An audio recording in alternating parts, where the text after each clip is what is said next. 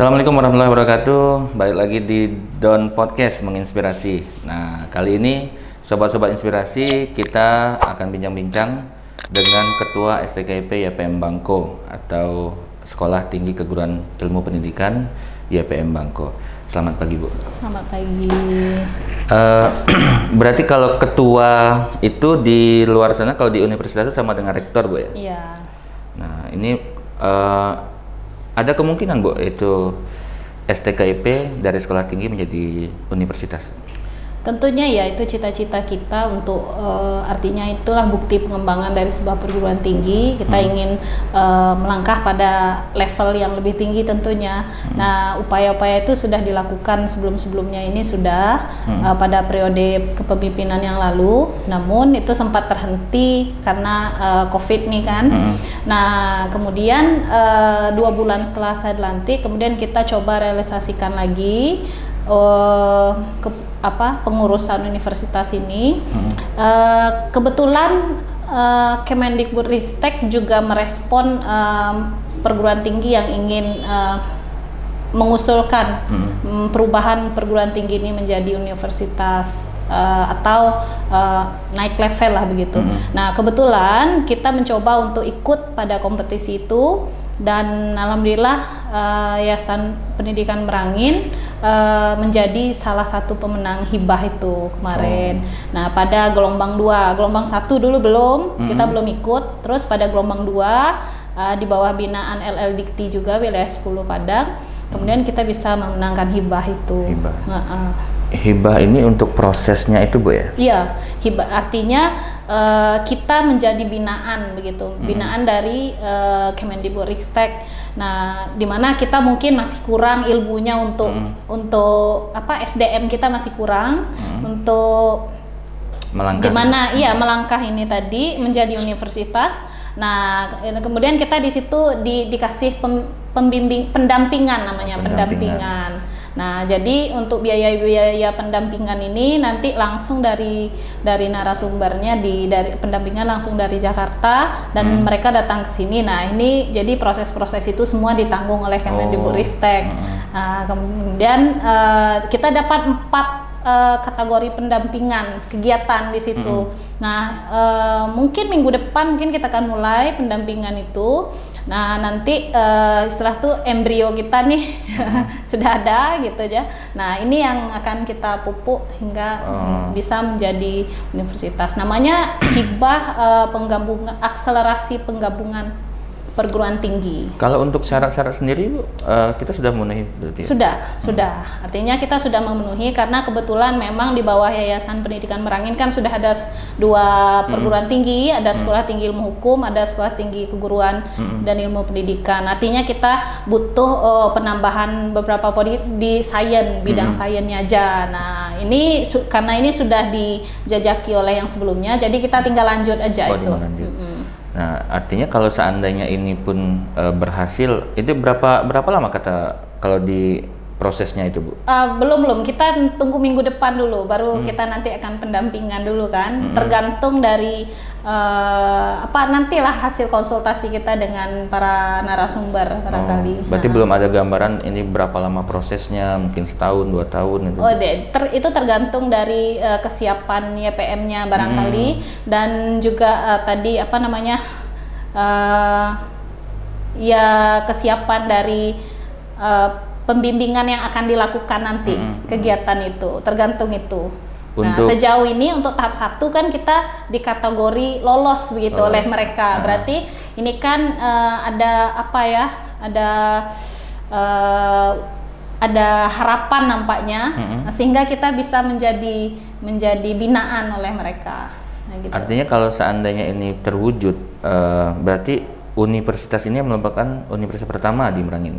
Iya, mudah-mudahan sehingga anak-anak Merangin bisa sekolah di sini tidak jauh-jauh begitu. Dan juga kita kan walaupun jauh dekat kuliah pun sebenarnya kualitas itu diri kita juga yang membuktikan. Ya, buktinya adik-adik ini termasuk sendiri kan ada lulusan alumni STKIP yang juga mampu berkiprah di masyarakat dan tidak kalah begitu. Kalau nanti fakultasnya direncanakan berapa fakultas dan apa saja tuh? Minimal untuk universitas itu kan ada 3, ada 3. Nah ini kan sudah 2, ada FKIP nanti STKIP jadi FKIP-nya, kemudian STH jadi Fakultas Hukumnya, dan nanti kita 1 lagi ada tuh yang di bidang sains-nya. Di bidang sains. Iya betul. Itu dari kalau ini Bu, itu sudah berapa bulan Bu dilantik sebagai ketua STKIP? Saya dari Juni, Juli, Agustus, September, Oktober, 5 bulan, 5 bulan kira-kira. Apa Bu, mungkin barangkali yang dihadapi selama 5 bulan ini kendala-kendala dalam memimpin sebuah sekolah tinggi yang besar di Kota Merangin? Sebenarnya kalau untuk kendala yang apa ya, kendala yang rumit kira-kira tidak ada, mudah-mudahan tidak ada begitu. Karena memang di awal saat berkomitmen ingin mencalonkan sebagai ketua itu ya saya pertama itu ingin menyatukan persepsi dulu ke seluruh sivitas akademika, khususnya dosen dan karyawan, bahwa kita memiliki STKIP ini bersama-sama begitu. Itu yang ingin saya dulu, niatnya begitu, dan alhamdulillah itu dulu yang saya lakukan. Dan kemudian kita penyatuan persepsi di mana kita harus berjuang gitu. Kalau untuk memajukan kampus, ketua nggak akan mampu sendiri begitu. Jadi saya ingin saya buat mereka juga rasa memiliki kepada kita. Saya terima kritikan dimanapun, mau via WA ketemu atau bagaimana, jadi saya terima, sehingga saya merasa terbantu dengan teman-teman. Saya merasa terbantu, jadi makanya saya tidak merasa bahwa ada kendala yang begitu berat kira-kira.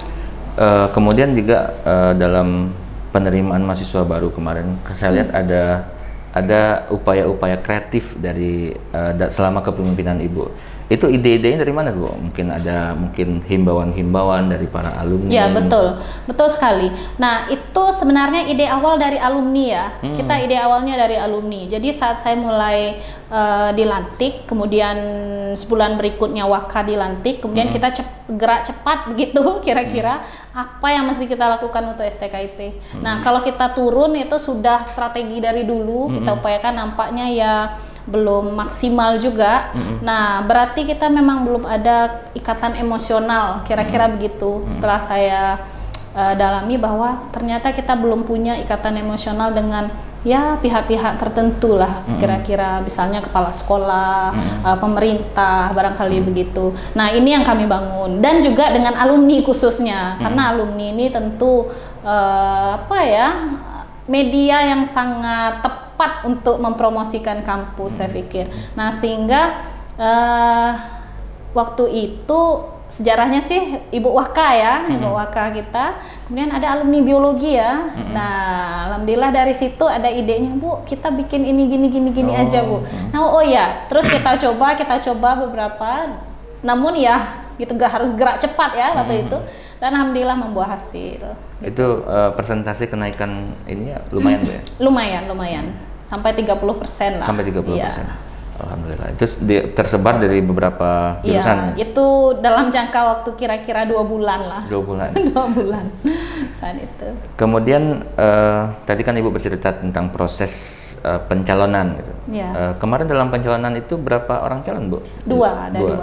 Kebetulan ibu-ibu semua ya. Ibu-ibu semua dan sama-sama dokter waktu itu. Sama-sama dokter, teman saya juga. Kalau kami ada pernah browsing juga bahwa Ibu Yesi ini adalah salah satu dokter perempuan termuda saat itu gitu Bu. Iya. Itu di umur berapa Bu? Waktu itu umur 30 tahun. 30 tahun sudah dokter ya? Iya waktu itu. Di jurusan manajemen pendidikan. Karena dulu memang S1 S2-nya bahasa Inggris ya, pendidikan bahasa Inggris. Dan saat S3 ini setahun setelah S2 itu ceritanya dulu. Jadi terasa lah kok enteng banget hidup ini ya kan gitu, nggak ada tantangan gitu. Biasanya dulu begadang malam bikin tugas gitu ya, mesti berangkat lagi ke Padang, balik lagi kerja gitu. Kok setelah tamat kuliah kok merasa ada yang kurang gitu kan, nggak ada tantangan hidup nih. Akhirnya punya niat lah gitu. Sebenarnya dari niat aja dulu. Jadi tidak pernah terbayangkan ada beasiswa S3 gitu. Dan akhirnya ya itulah qadarullah, semuanya sudah diatur begitu kira-kira. Kebetulan ada program Rangin Pintar itu. Jadi memang cari kira-kira, karena dulu kan stay sebenarnya yang ini yang ada kuotanya.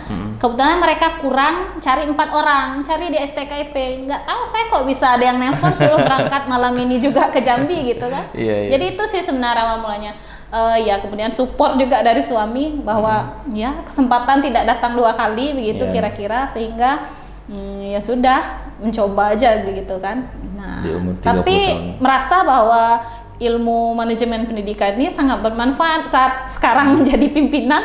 Tuh tentu wah ini ternyata hikmah dari semuanya gitu. Dulunya ingin kuliahnya di Bandung dong, minimalnya begitu kan.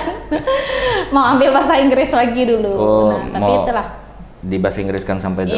Iya betul. Kalau ini Bu, balik lagi ke belakang tadi, ini kan Ibu sebagai mungkin banyak dosen-dosen senior yang di dalam gitu. Nah, di sisi kendala tadi, apakah ada kendala kita memimpin orang yang mungkin lebih senior, orang yang mungkin lebih tua gitu? Pastinya, itu pasti, karena memang kalau di STKIP itu kan banyak yang udah senior ya. Udah selevel di atas bapak saya lagi gitu kira-kira.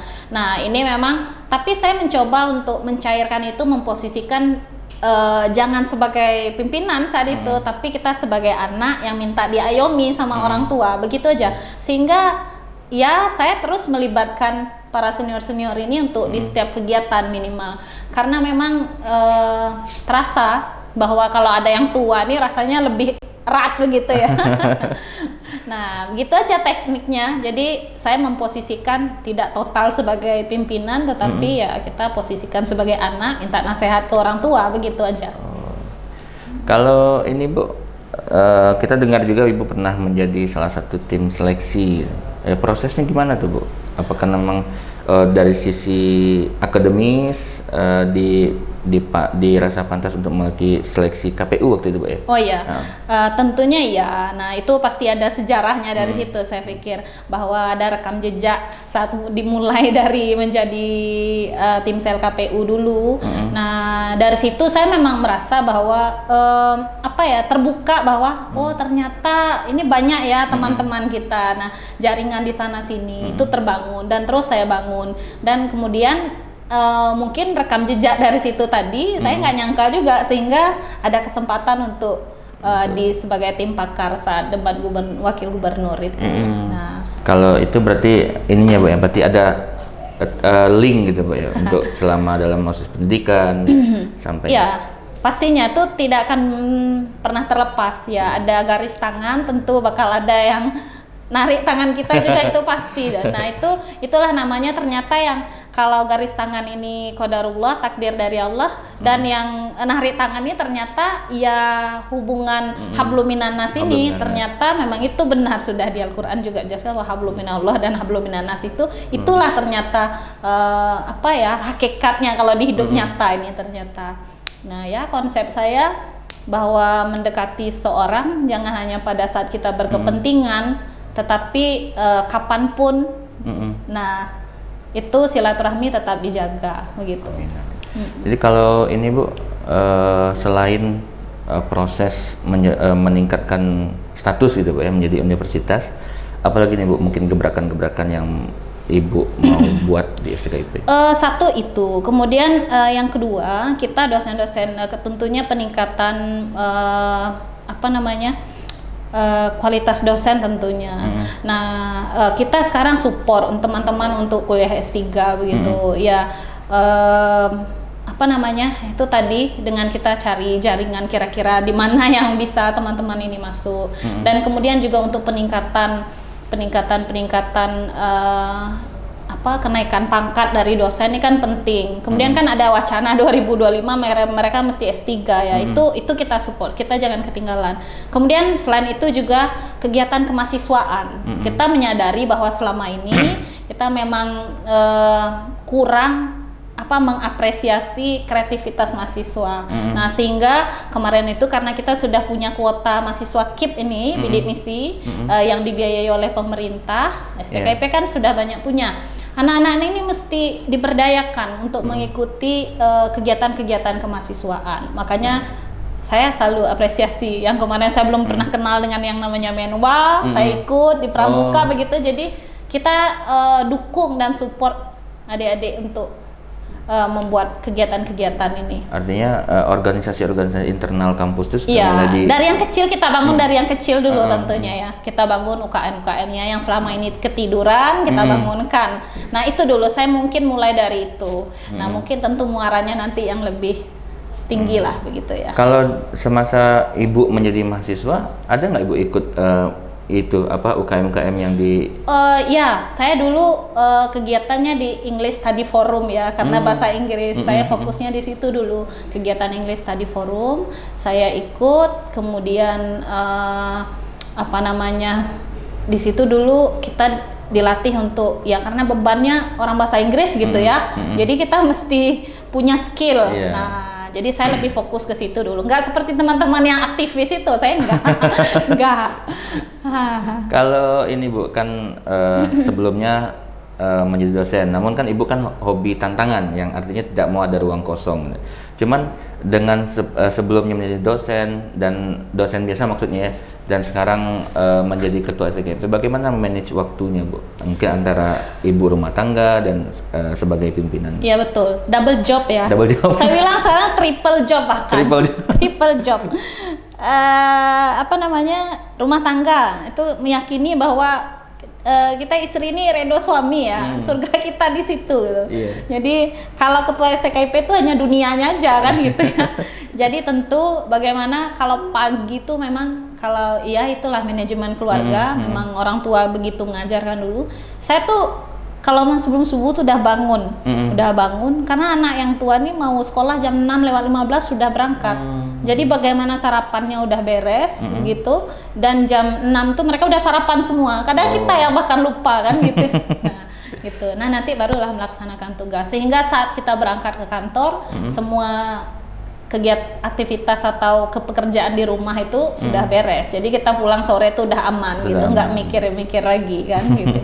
Ditambah lagi orang tua yang lagi sakit. Nah, gimana beliau nih saya urusin pagi begitu, dan saat ditinggal pun beliau tidak merasa ditinggal karena sudah selesai. Sebagai pendidik ini Bu ya, sebagai pendidik, akademisi, sekarang ketua STKIP, mungkin tentu punya ini tersendiri bagi pendidikan anak. Bagaimana Ibu mungkin mempersiapkan pendidikan untuk anak-anak? Sebenarnya itu diawali dari komitmen kita berumah tangga ya. Jadi kita dan suami tuh mesti punya komitmen gitu. Rumah tangga kita mau dibawa kemana kan begitu, nasihat perkawinan ya. Ingat ya nasihat perkawinan, bahwa rumah tangga kita nih mau dibawa kemana, kita mau bawa ke seberang atau mau di sini aja atau di mana. Nah, jadi kami punya komitmen begitu bahwa ya bagaimana kita tidak berkumpul dengan anak dan suami dan istri ini tidak hanya berkumpul di dunia, tapi kita ada lagi, kita ingin berkumpul nanti di akhirat sama-sama. Caranya gimana ya? Mereka harus hafiz Al-Quran gitu ya kan. Jadi komitmen ini terus kami bangun. Dan kami konsisten dengan komitmen itu di awal. Dan mulai dari kandungan sampai dia lahir, dan kemudian saat golden age-nya mereka, anak-anak ini, hingga nanti ya dewasa, mudahan mereka bisa begitu kan. Berarti sekarang sedang menempuh pendidikan di untuk Hafiz. Iya betul. Di mana Bu? Di SD. Di SDIT Quran Darul Ikhlas Al Islami di Tampang Baru. Tampang Baru. Iya. Dan itu sudah berapa tuh Bu ininya? Perkembangannya?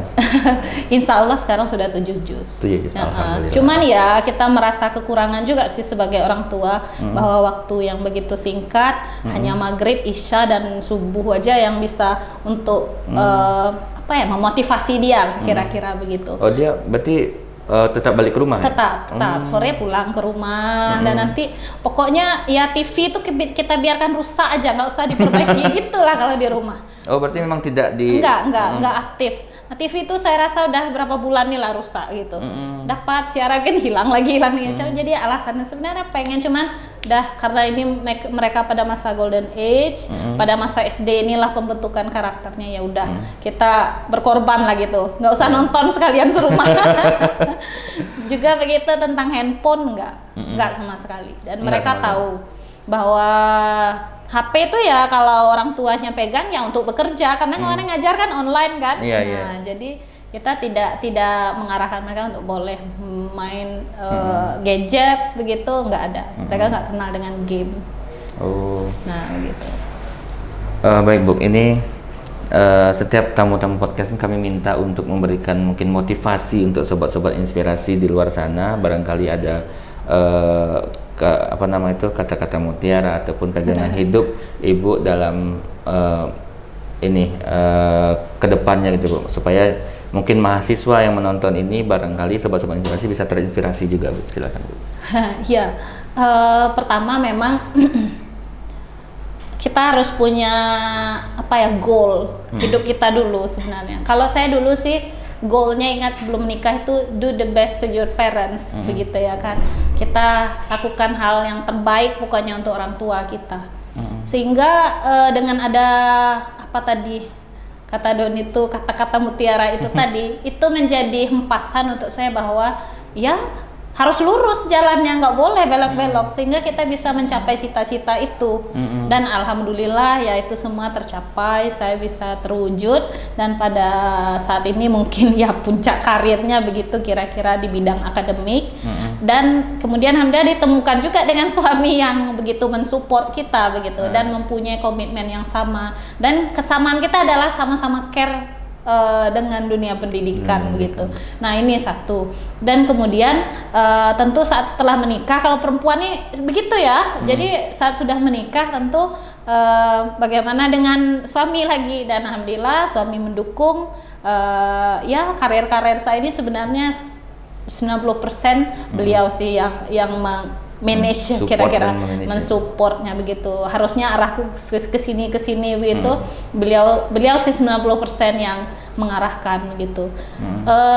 Dan pada akhirnya saat kita sudah ya mendapatkan itu, kira-kira anggaplah cita-cita sudah tercapai, tentu nah disinilah kita harus tetap konsisten, yang mana tadi yang saya bilang dengan Doni tadi bahwa harus komit untuk yang habluminanas dan habluminallah tadi.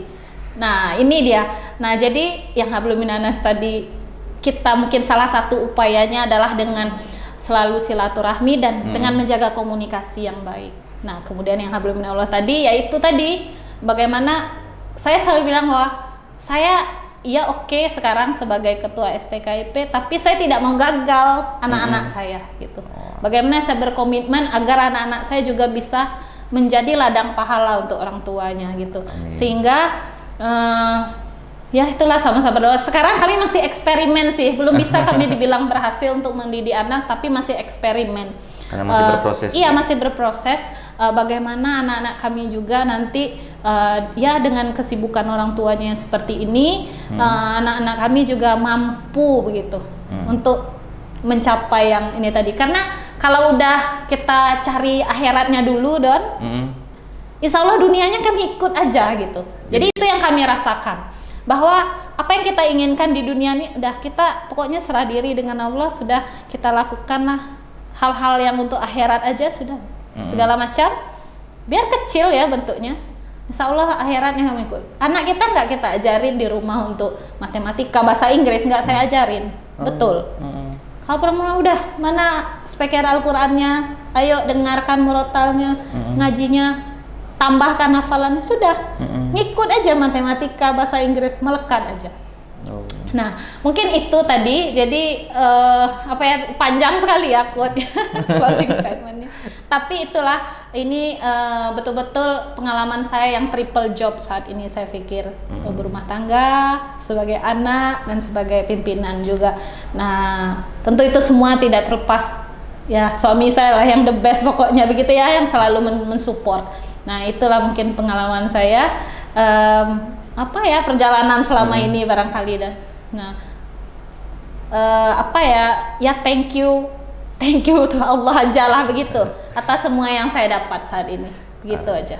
Jadi ketika ada perempuan sukses berarti ada suami yang luar biasa di belakang. Tentu Support, iya, gitu. karena redo kita di situ. Coba bayangkan kalau suami kita nggak redo, pasti tidak akan ada harmonisnya keluarga tuh. Semua akan buyar. Gitu. Buyar, nggak akan ada yang jadi. Baik, terima kasih Bu bincang-bincangnya pagi ini, dan sobat-sobat inspirasi tonton terus The Entertainment, dan sampai jumpa di video berikutnya. Jangan lupa like, comment, and subscribe. Terima kasih.